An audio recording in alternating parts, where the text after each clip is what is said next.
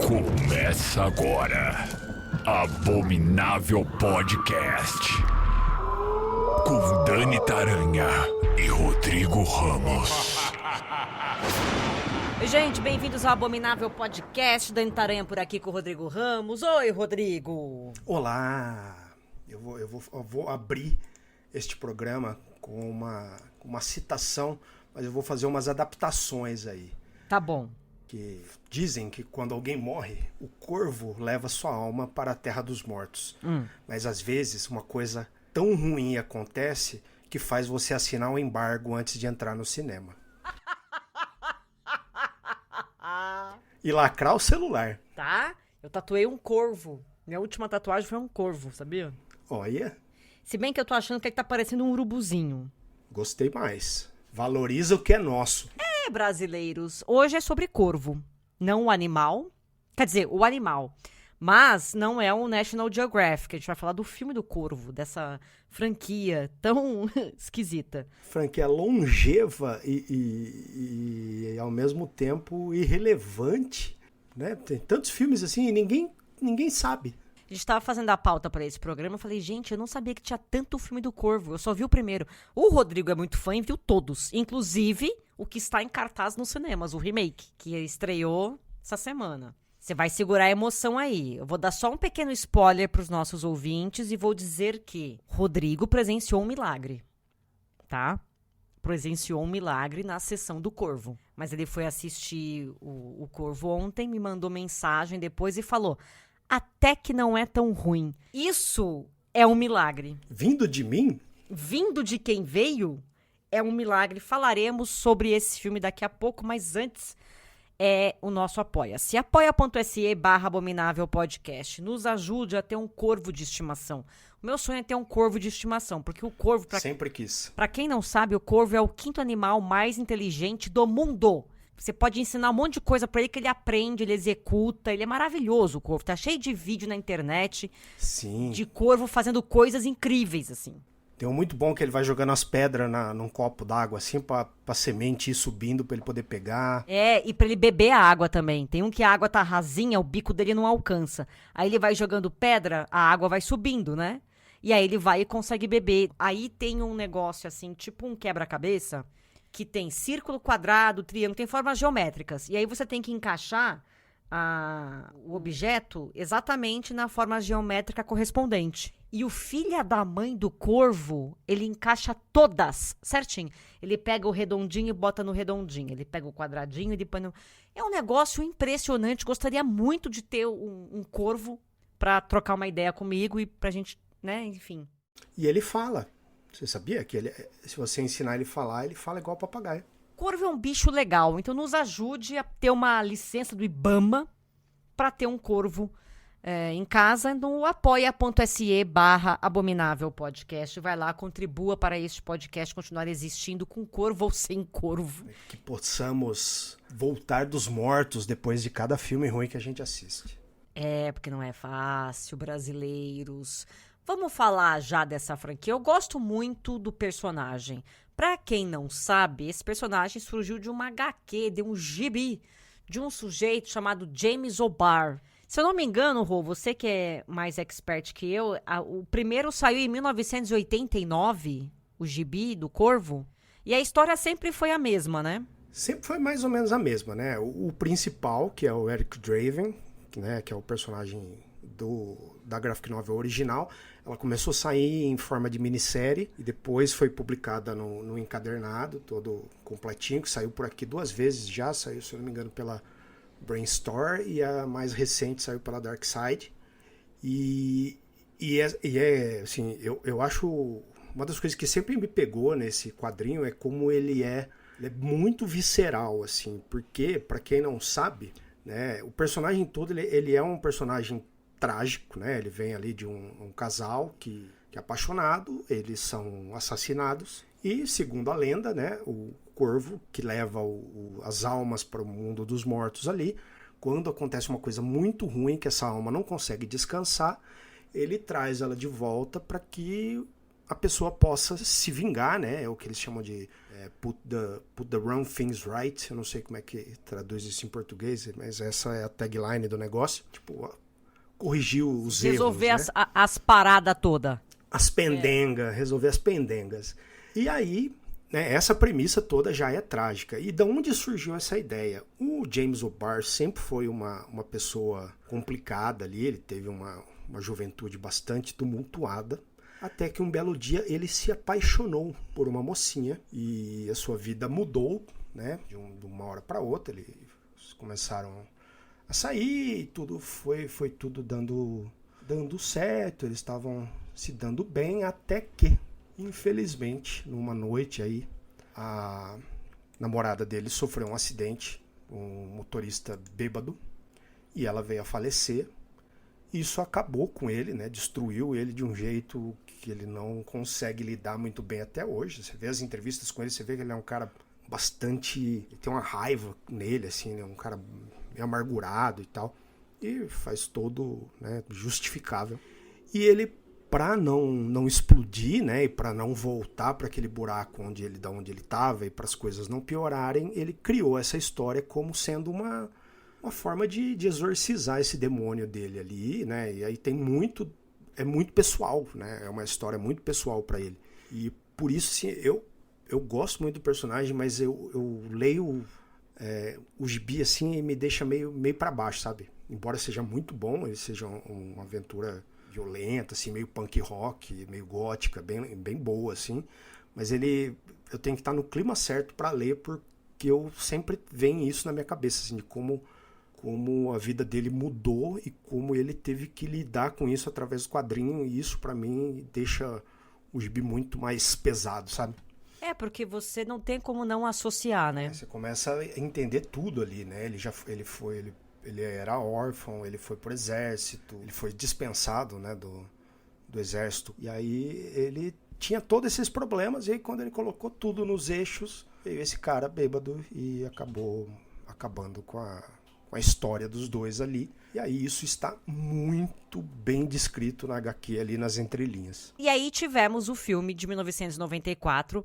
Esse filme era para ter sido um musical. A ideia original era um musical, sendo estrelado por Michael Jackson.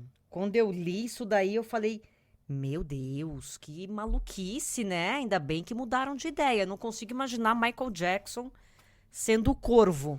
No Blu-ray que saiu agora, que tem do filme original, né? Tem uma entrevista bem longa com ele, assim, ele desenhando e filmando e trocando ideia com a pessoa que tá fazendo a entrevista. Ele meio que passa por cima disso aí, sabe?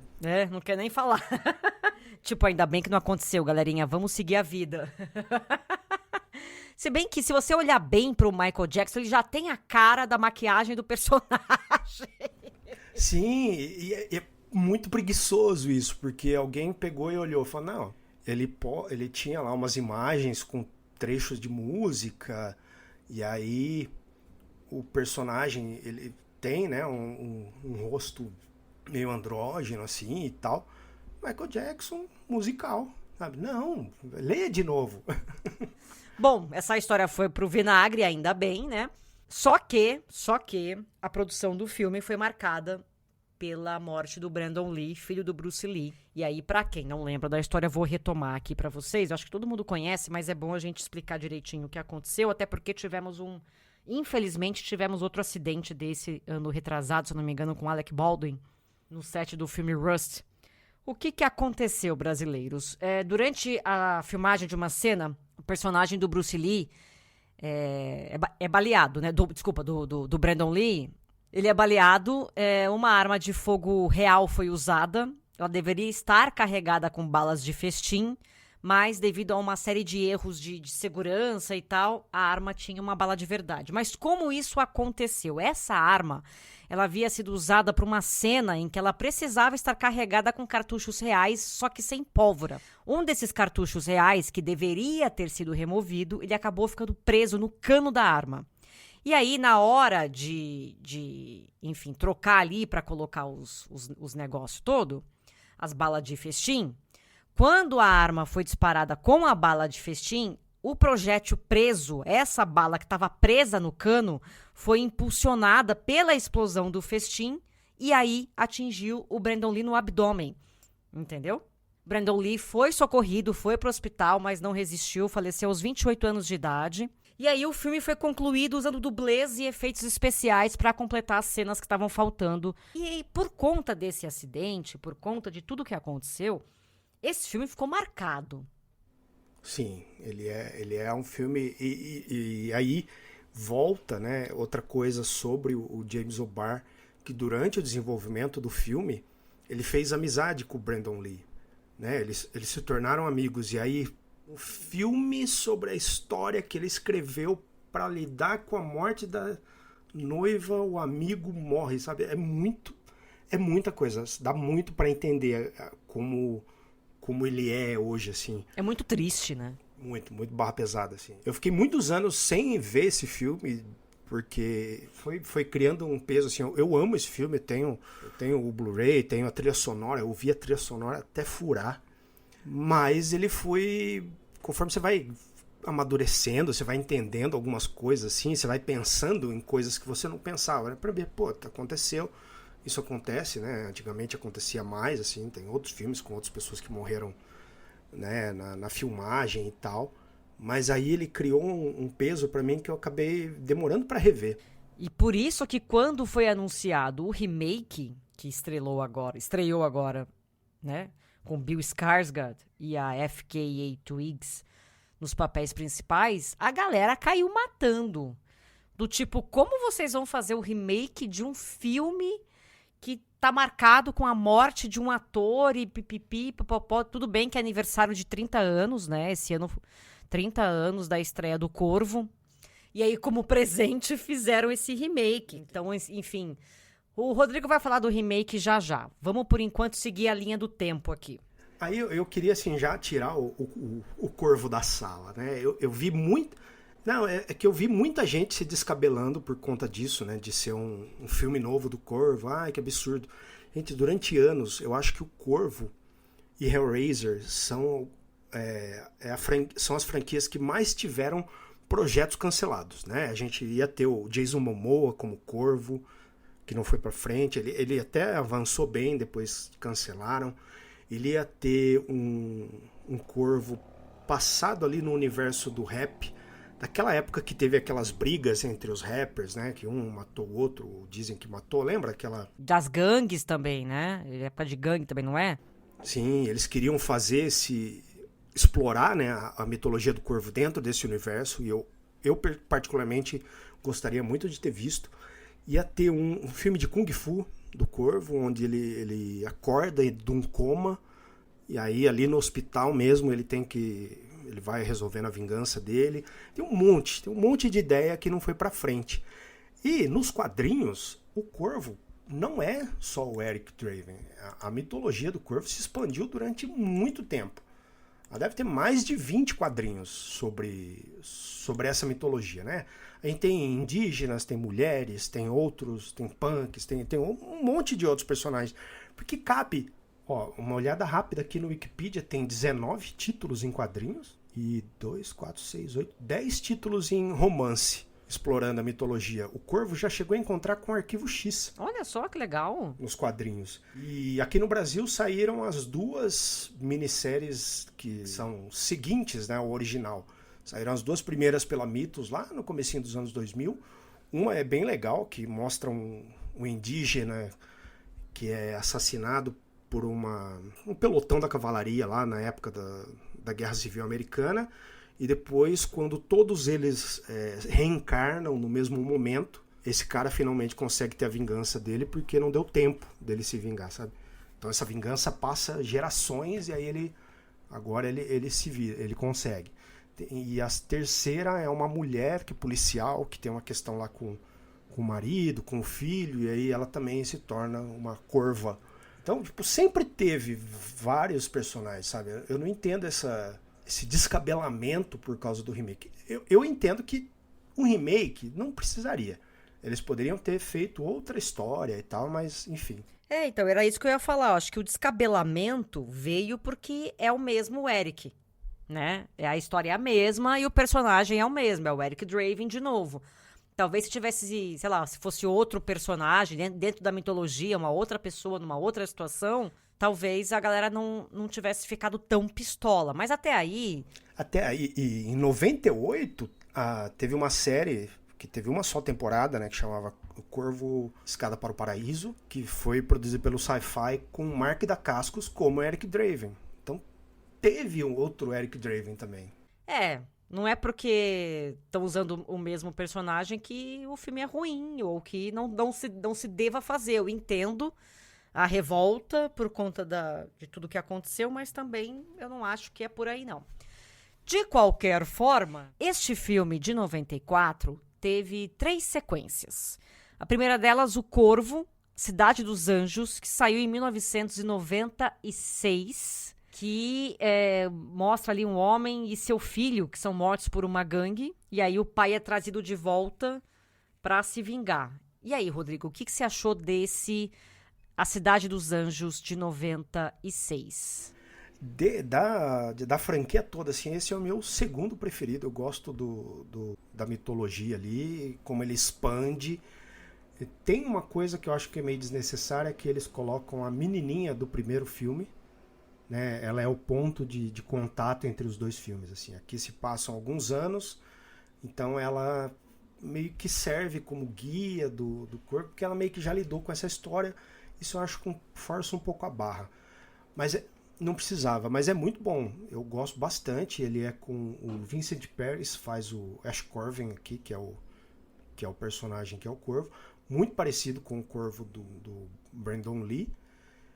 E aqui ele é dirigido pelo Tim Pope, que é um cara que não fez muita coisa, assim. Ele dirigia mais clipes, né? E o Corvo tem muito disso, né? O próprio Alex Proyas, que é do original, também veio dos videoclipes. E aqui meio que... Eu não sei se ele tem algum outro filme. Ele fez vários clipes do The Cure. Então ele tem essa pegada muito musical, muito anos 90 ali. A trilha sonora é maravilhosa também. E esse aqui, pra mim, ele segue... Ele estica, né? Ele expande a franquia muito bem.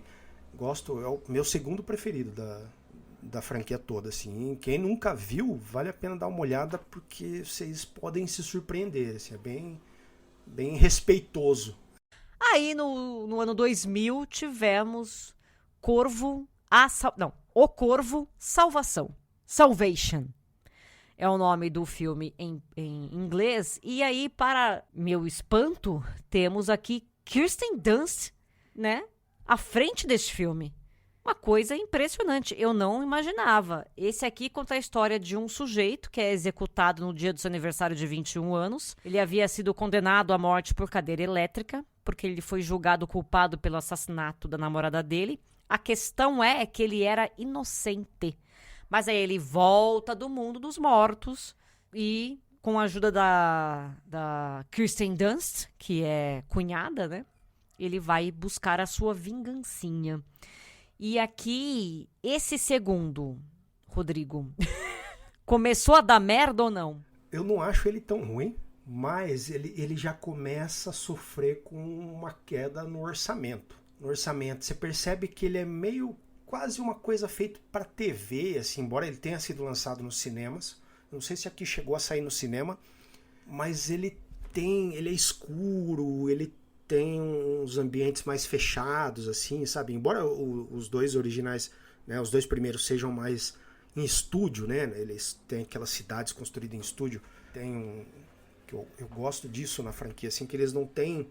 Você não sabe muito bem quando que isso acontece, em que lugar, assim. Eles são um universo bem de quadrinhos mesmo ali, E aqui ele já meio que começa a sofrer um pouco com essa queda do orçamento. A história é legalzinha, assim, eu acho uma história original interessante, mas eu não gosto muito do cara que foi escolhido. Eu acho que ele tem uma cara meio de comédia, assim. Ele estava até vendo aqui o que ele já fez, não conheço, mas ele não funciona muito pra mim, não.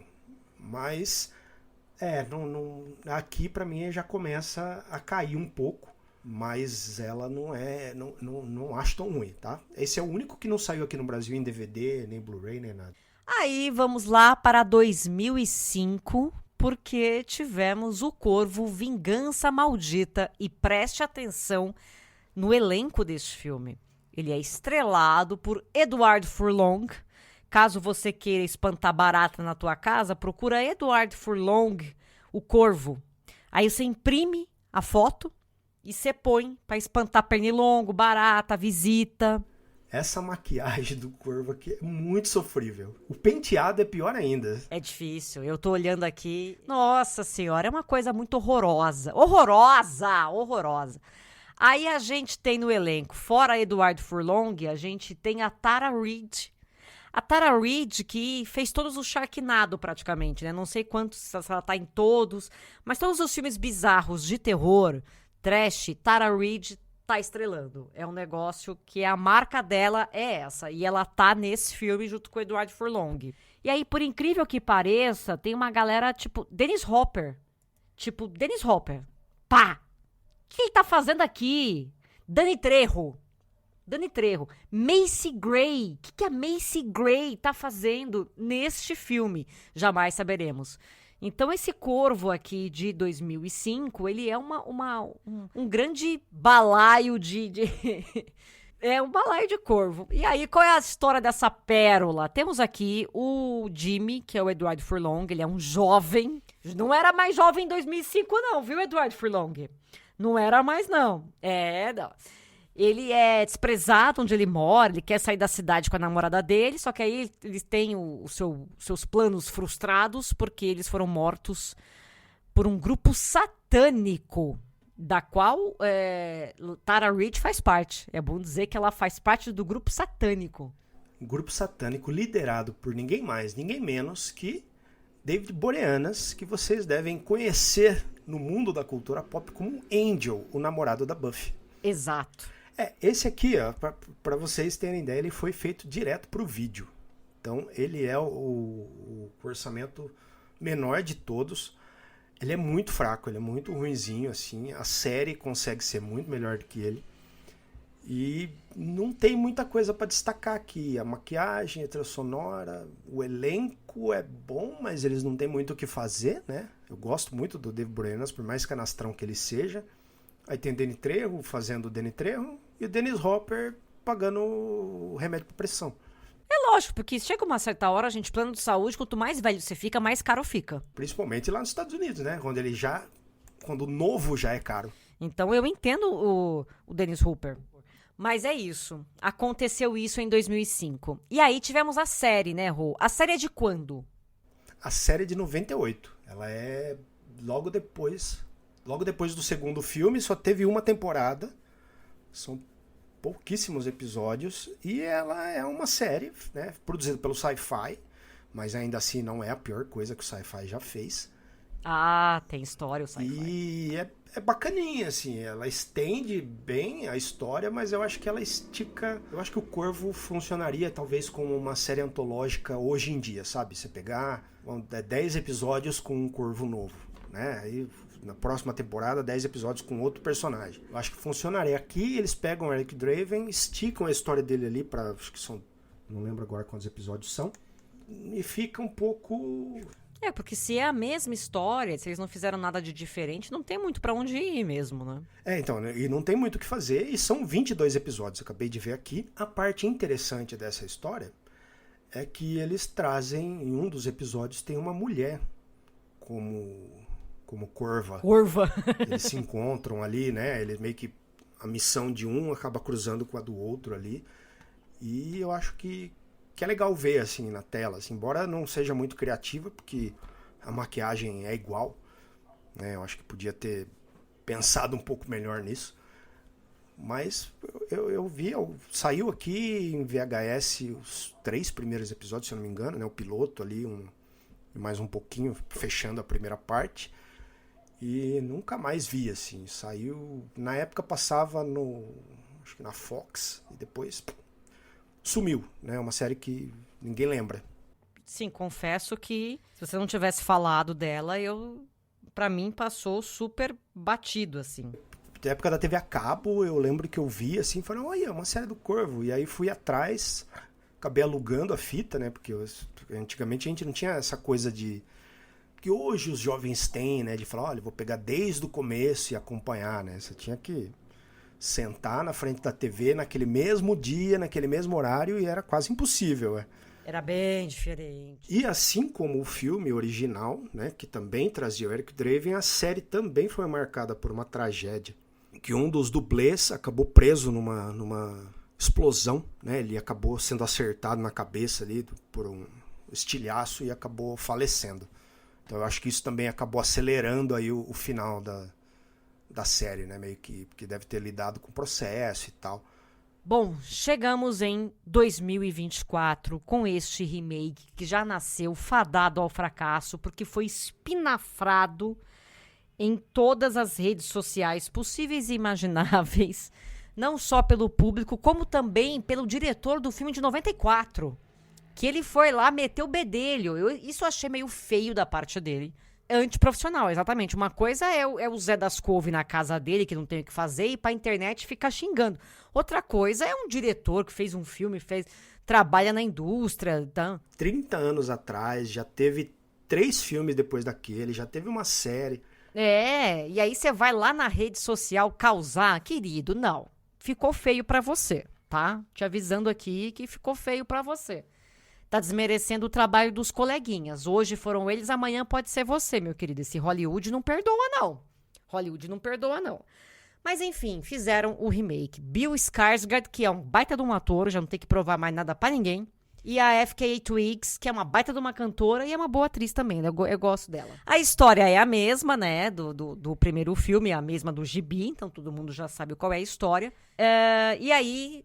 Enfim, teve o trailer do filme e todo mundo começou, o trailer já entrega o filme inteiro. Como se as pessoas não soubessem a história do filme. Vou fazer aqui um parêntese. Estou eu e minha esposa ontem na fila do cinema. O sujeito com mais 2 amigas na minha frente, vestido de corvo. Se ele estiver ouvindo esse programa, sinto muito, mas eu vou citar aqui, mas não vou citar seu nome. E ele virou, tava lá conversando sobre o filme com as meninas e tal, e aí ele fala, eu tenho uma teoria de que eles estão mortos. Isso não é teoria, ô fela, isso é premissa. Pera, ele falou isso? Ele tava vestido de corvo e ele teve a audácia de falar um negócio...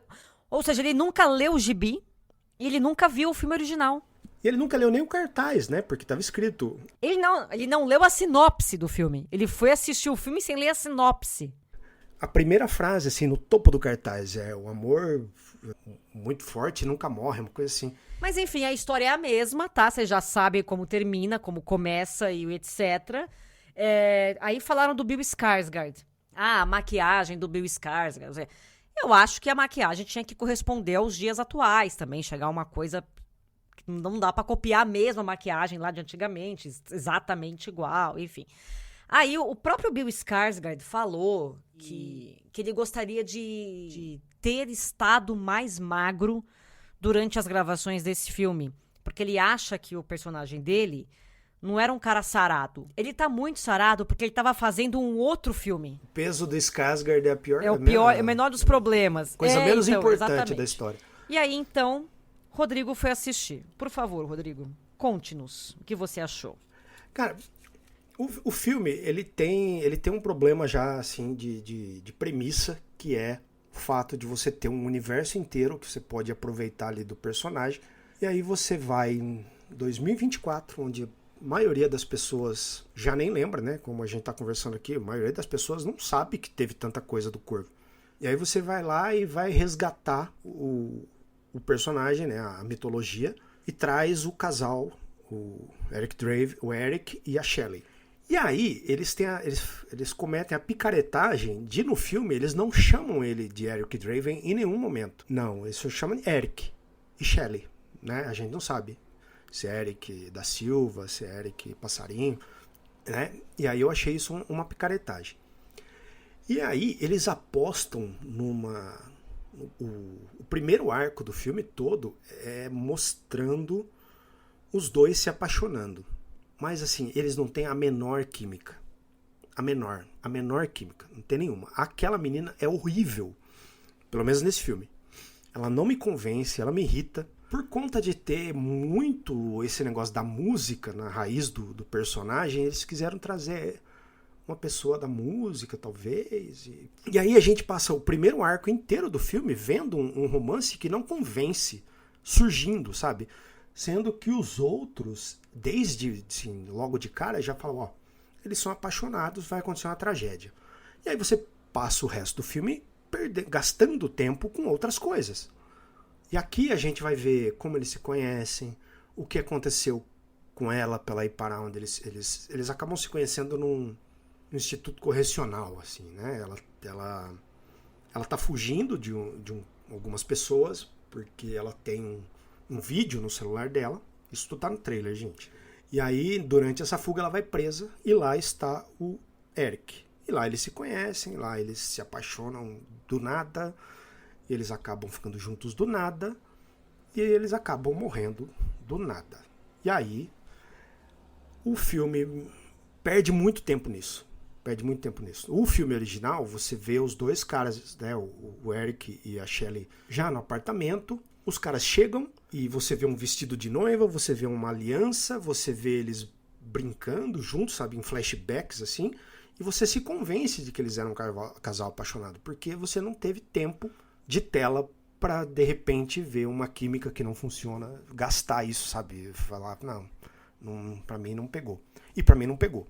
E aí, esse filme ele tem umas facilidades de roteiro, assim, que é burrice. Porque você tem um personagem místico, que ele é guiado na Terra por um corvo que vem do mundo dos mortos. E aí você tem situações do tipo, o personagem recebe um zap ali, falando, ó, vai pra tal lugar que a gente vai se encontrar lá. Nessa hora, o corvo tá passando na rua, assim, e fala, opa, esse cara é um dos caras que me matou. E aí pega o celular, tá lá o endereço, que é pra ele ir lá no outro pra pegar o outro cara. Isso acontece 2 vezes no filme, assim, é muito pra minha cabeça. Sendo que o filme original, ele é inevitável comparar, porque pra mim é tipo o estado da arte, né? Então se você quer fazer alguma coisa, no mínimo você tem que chegar um pouco próximo daquilo. Você tem o cara que já conhecia quem eram os vilões, né? Você tem... Ele esbarra com eles porque o corvo leva eles até os caras, né? O corvo sai voando, ele vai seguindo o corvo e tipo, ó, tá aqui tem um. Tá aqui, tem um outro aqui. Sabe? Você não precisa desse negócio de você esbarrar com o cara na rua, bem na hora que ele recebe uma mensagem de texto ali com o endereço que era pra onde ele ia se encontrar, sabe? É muito, muito fraco isso. Eles não tinham outra...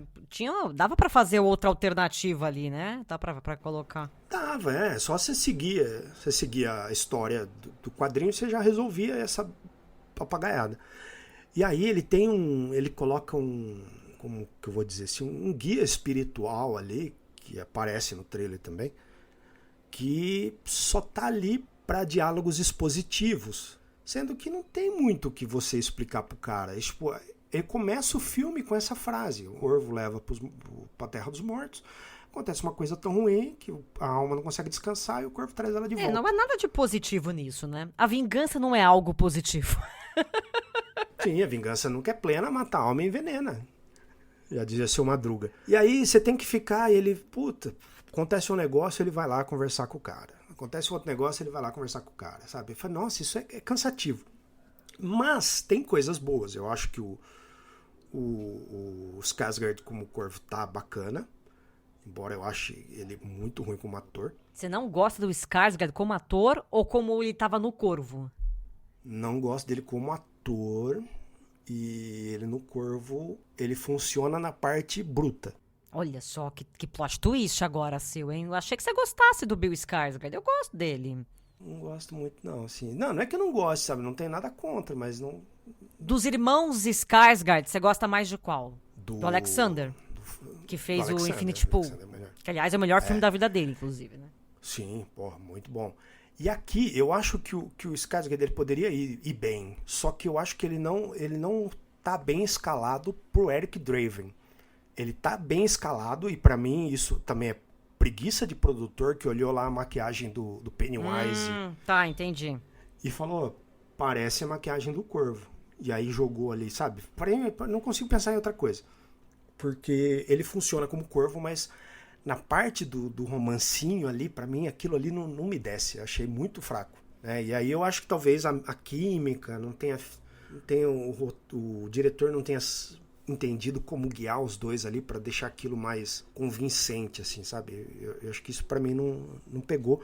Agora, quando ele encarna o corvo mesmo, que aí o bicho pega, aí funciona. Aí funciona, porque ele tem aquela cara de doidão dele ali e o negócio é bruto. O filme tem um gore absurdo que me surpreendeu. Eu já tinha visto, né, no trailer ali algumas cenas mais violentas. É pesado, né? É pesado. E é mais do que aquilo, viu? É bem mais. Tem umas coisas bem explícitas que eu falei, porra. Audacioso, né? Você vai assistindo e vai... Ai. Sabe, quando você vai sentindo, assim, algumas cenas. E o vilão tem alguma coisa interessante aqui, porque isso também tá no trailer, né? Não dá pra entender ali por uma ceninha que aparece. O vilão, ele também é sobrenatural, então ele coloca um vilão à altura dele, né? Tem poderes, né? Enquanto ele tem o poder, o vilão tem outro poder, e aí eu acho que isso poderia ter rendido bem, mas eu acho que os vilões são muito mal aproveitados, porque perde muito tempo naquele primeiro arco do romance que não funciona. E aí quem assistir vai ver um negócio também que me deixou de cara, assim. Tem um vídeo, né? Toda a história gira em torno de um vídeo que não pode vazar e não sei o quê. Quando a gente vê, a gente já viu aquilo aparecendo no filme. Então não tem impacto nenhum a revelação. E ela tem um impacto que eu achei bem ruim, a escolha do diretor do roteiro de colocar esse impacto ela tem um impacto no corvo que eu achei péssimo, que tira um pouco do conceito principal da coisa ali, que eu não vou dar spoiler, mas tem uma coisa ali que você, pô, mas assim, tão frágil, sabe? Não funcionou pra mim. Mas, na média, eu acho que é o terceiro melhor da franquia pra mim, assim. Eu acho que fica ali depois do primeiro e do segundo, é o terceiro melhor. Então não é de tanto mal, então. Não, a produção é boa, a trilha sonora é boa, era uma coisa que eu tava querendo. Eu falei, nossa, como é que eles vão trazer isso pra hoje em dia, né? Porque o jovem não ouve mais músicas dos anos 90, gótico e tal. Mas eles mantiveram, deram uma atualizada nisso, mas funcionou. E eu só senti falta, assim, de trabalharem melhor nos diálogos e tiraria aí uma meia hora desse começo. O preâmbulo ali pra mim não funciona. Eu queria ver o corvo e fica ali, beijinho pra cá, beijinho pra lá. Tipo, nossa, gente, e não me convém, sabe? E aí tem um negócio também que eles colocam uns flashbacks do corvo. Quem assistiu aí depois deixa nos comentários o que vocês entenderam desses flashbacks, porque eles mostram o passado da moça. E eles começam o filme com um flashback do Eric, que assim, vai do nada para lugar nenhum. Depois tem uns outros flashbacks. E eu falei, nossa, o que isso quer dizer? Né? O que isso quis dizer? Depois você assiste e a gente conversa. O que eu entendi é muito ruim, sabe? O que eu entendi foi, nossa. Eu pretendo assistir em breve este filme. Mas eu fiquei feliz de você não ter achado tão ruim. Não, eu tô assim, falando, são as coisas que realmente são negativas, mas a produção é legal, a ambientação, a violência ali, as coreografias das lutas me convenceram. E pra aquele cara que tava na fila e não sabia qual era a história do filme, apesar de estar vestido do personagem, deve ter adorado, então. Deve ter adorado. E eu vi, assim, a gente ainda tá, né, no momento hoje, estamos ainda sob embargo. Eu não vi muitas críticas, mas eu já vi algumas pessoas emocionadas no Letterboxd que curtiram. Então eu acho que quem nunca viu nada vai gostar. Agora, quem é aquele bitolado, né, do primeiro filme que não aceita, vai chiar, vai torcer o nariz. Mas esse cara já chiou antes de assistir o filme. Ele nem viu. E mesmo que o filme fosse excelente, tipo 5 de 5, ele ia arrumar alguma coisa pra xingar, porque ele já tava xingando antes. Ele não quer dar o braço a torcer, entendeu? Exatamente. Ele quer ver sempre o mesmo filme. Não vai. E aqui o cara tem algumas mudanças legais, assim. O que mexeu na mitologia, esse guia espiritual ali, que eu acho uma bobagem, também não fede, não cheira. Mas acho que eu dei 2,5 de 5. Ah, metade.